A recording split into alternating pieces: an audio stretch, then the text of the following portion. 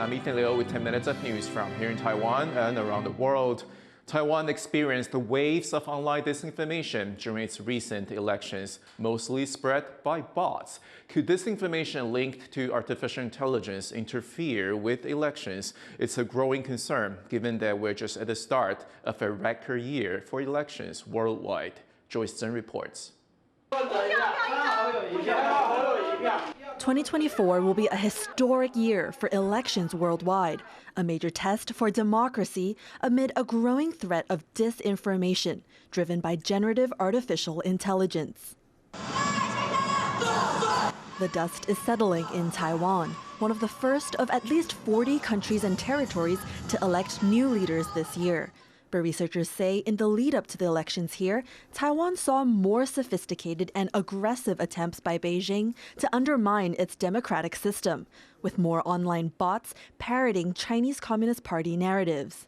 Taiwan is number one in terms of foreign government dissemination of false information. Number one, 11 years in a row.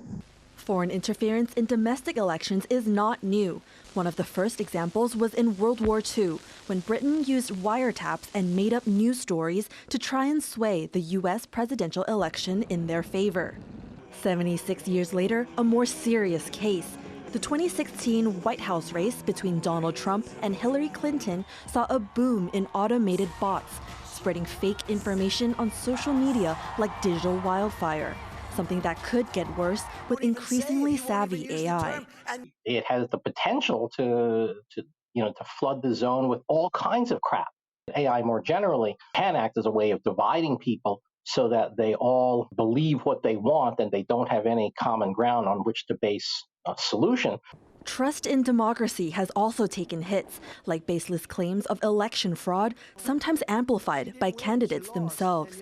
Analysts are concerned that such divided societies make for a fertile breeding ground for AI to cause damage. The worst case would be several disputed elections where it's very, very just unclear to anyone outside who won it, because there was some kind of last-minute wave of misinformation or hacked and released data. With the fate of major powers and global order on the line, some analysts say social media companies need to take responsibility for disinformation and weed out harmful bot activity. But such self-governance hasn't happened yet, leaving voters to their own devices to exercise their judgment in deciding what's real and what's not. Ethan Chen and Joyce Zhen for TaiwanPlus.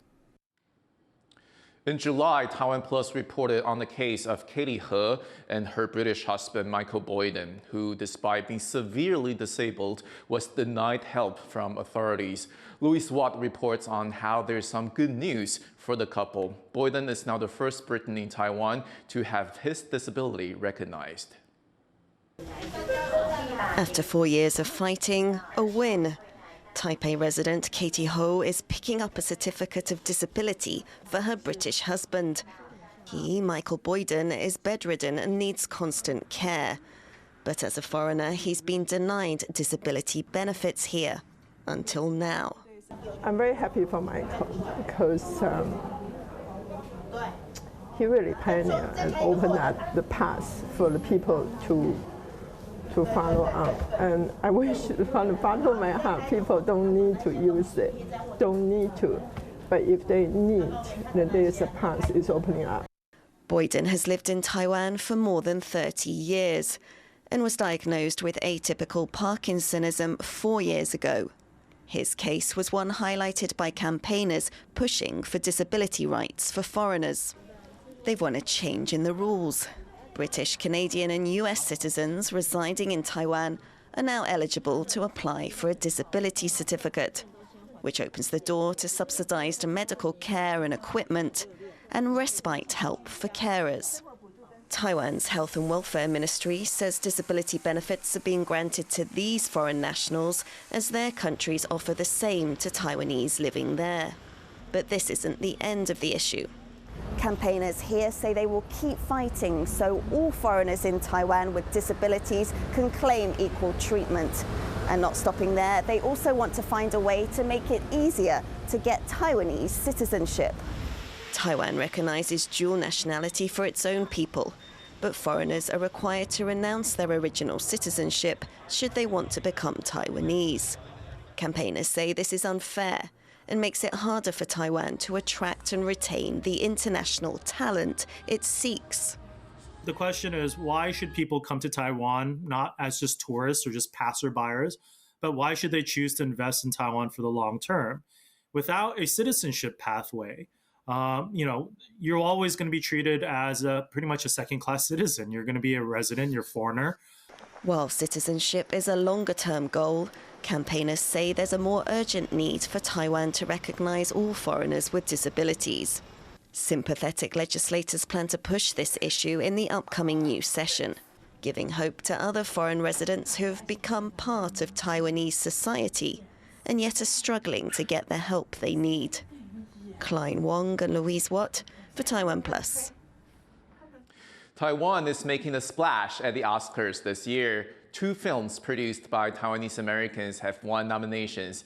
Director Shang Wang's Nai Nai and Wai Po documents the lively relationship between 2 elderly grandmothers, and S. Leo Zhang's Island in Between explores the complexities of Taiwanese identity on the country's outlying islands of Jinmen. Our reporter Reese Ayers spoke to Zhang about his nomination. How does it feel to be nominated for an Oscar? It just is kind of blowing my mind that we've been recognized, that we have, and that we've gotten this far with this very, it's a very small film, a very simple story, and it's about Taiwan, which, previously, I'm not sure that the Oscar voters, the Academy, would really even know that much about. And what kind of feedback have you had about the film?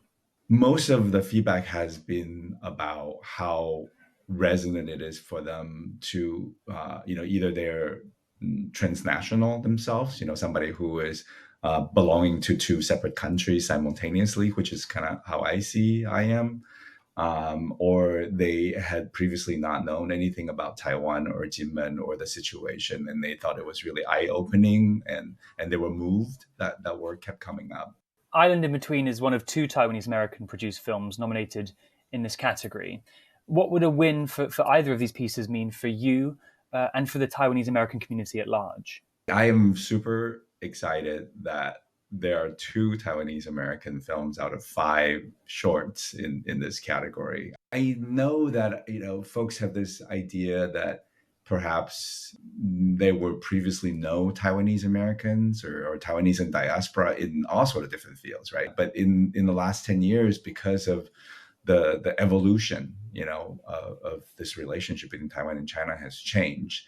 And also the evolution of the Taiwanese identity, with the younger generation really embracing the term Taiwanese and the identity of being Taiwanese, that a lot of us are now really are much more like we're almost like coming out of closet as Taiwanese Americans, right? There's certainly people in my field, filmmakers who I had no idea they were even Taiwanese American. I mean, I think that having these 2 films being nominated is just an exciting reveal of potentially more and more Taiwanese American stories being told in all different medium. That was Oscar nominee S. Leo Zhang talking to our reporter Reese Ayers. It will soon be easier for travelers from Taiwan to visit Japan, with the trial immigration pre-clearance program set to start in February. The month-long trial aims to reduce wait times for passengers heading from the Taoyuan International Airport to 10 Japanese airports. Japan hopes it will boost tourism during the Lunar New Year, one of Taiwan's busiest periods for travel abroad. Thank you for watching What's Up Taiwan. You can visit the TaiwanPlus website and follow our social media for more stories from Taiwan and around the world. Before we go, feast your eyes on these plum blossoms in full bloom in eastern Taiwan's Hualien County. I'm Ethan. Take care, and I'll see you next time.